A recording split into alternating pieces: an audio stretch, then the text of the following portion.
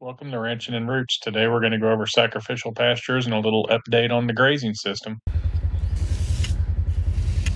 It's not a fun job, but someone's got to do it. Dang thistles. One thing that irritates the fire out of me when it comes to the spring and the farm is these dang thistles. So there's a lot of fields that have a lot of red clover that are established in these pastures, so I really hate to go spray them all.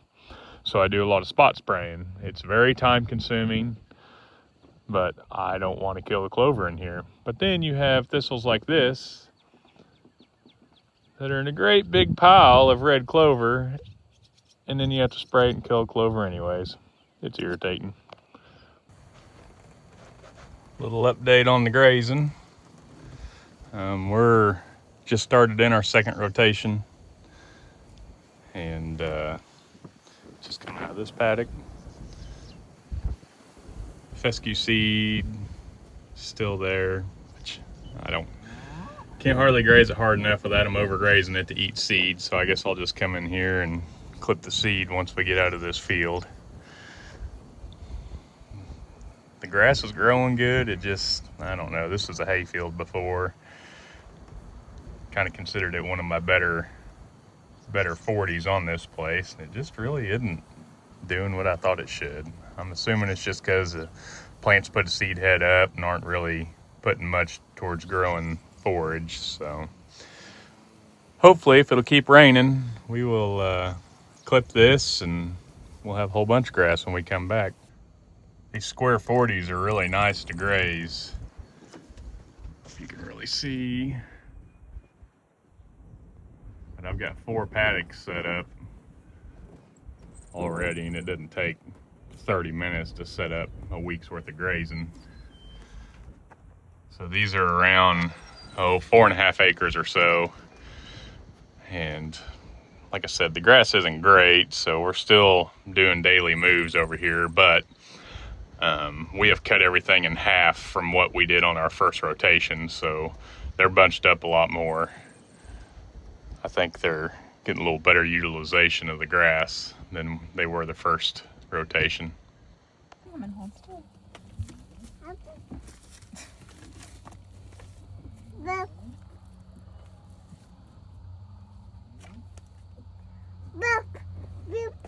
gotta hold still, baby, and maybe they'll come up to you. We're going to go over our sacrificial pasture and what it looked like when we started and what it looks like today, and just kind of our thoughts on that. Kind of show you what I did with my hay feeding this year. So I unroll all my hay. This field I'm standing in has always been kind of poor. I don't really know. So the soil tests aren't bad. The issue is the guy that was on this place before I was row cropped quite a bit of it. And he used the byproduct sludge from the chicken plants. And as you can see, I mean, granted, it's middle of winter and it's been grazed down to nothing, but I mean, it just is really poor. Well, with that chicken sludge, they never grew a crop on it after they put the sludge down. So the phosphorus levels are just off the charts over here. So I don't know. I've reseeded it, no-tilled fescue back into it, and it just, I don't know. Anyways, and organic matter is just, I think this one was like 1.5%, so it's horrible.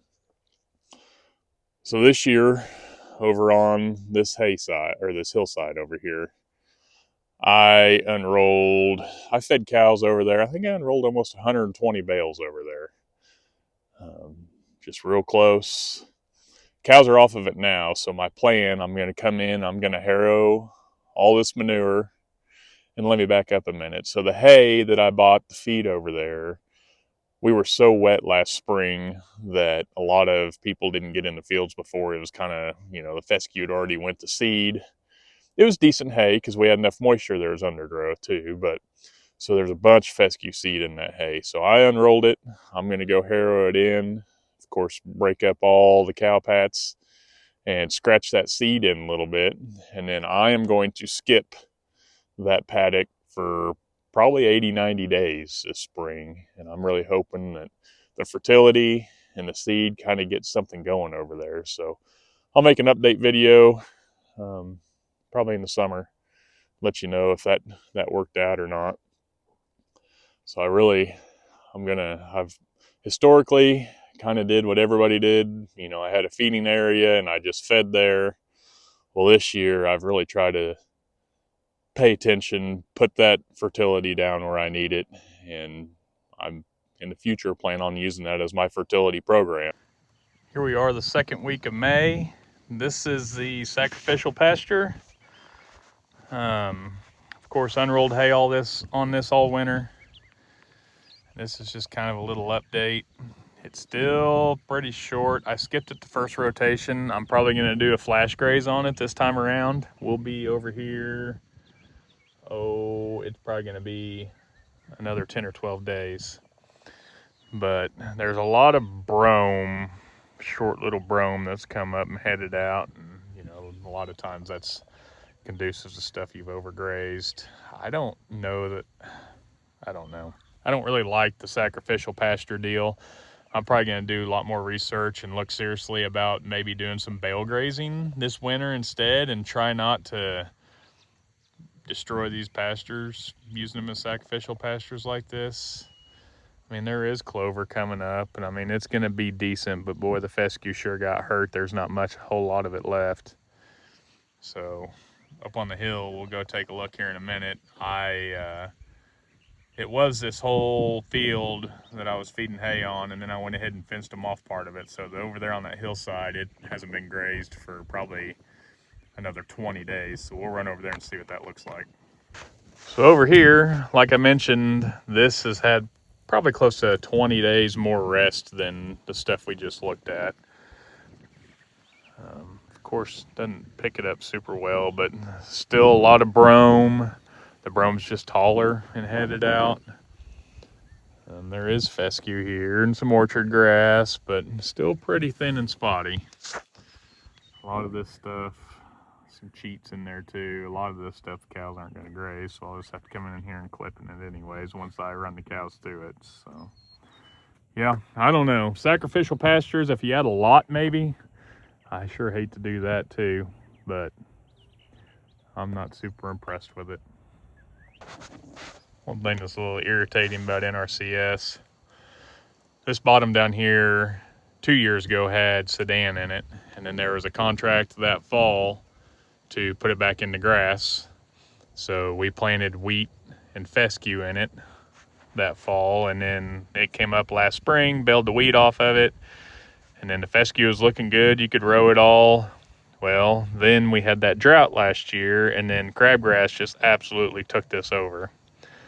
So this year, my plan was as well, we'll deem this a failed planting. I'll plant sedan back in here and graze it all summer and try it again. Well, NRCS said since we had a drought last year, and then we had that cold snap for a week or two this spring, they wanted to wait till fall to evaluate this to whether it was deemed a failed crop or not. As you can see, there is a little bit of fescue out here, but it is just poor, poor, poor. So I'm going to lose whole summer's worth of production on these acreage because now we have to wait on the government. So it's part of playing their game, but you know, they're real helpful on a lot of things, but then some things it's kind of irritating. So thank you all for all your support. Please remember to like and subscribe. If you have any questions or advice, feel free to leave it in the comments section.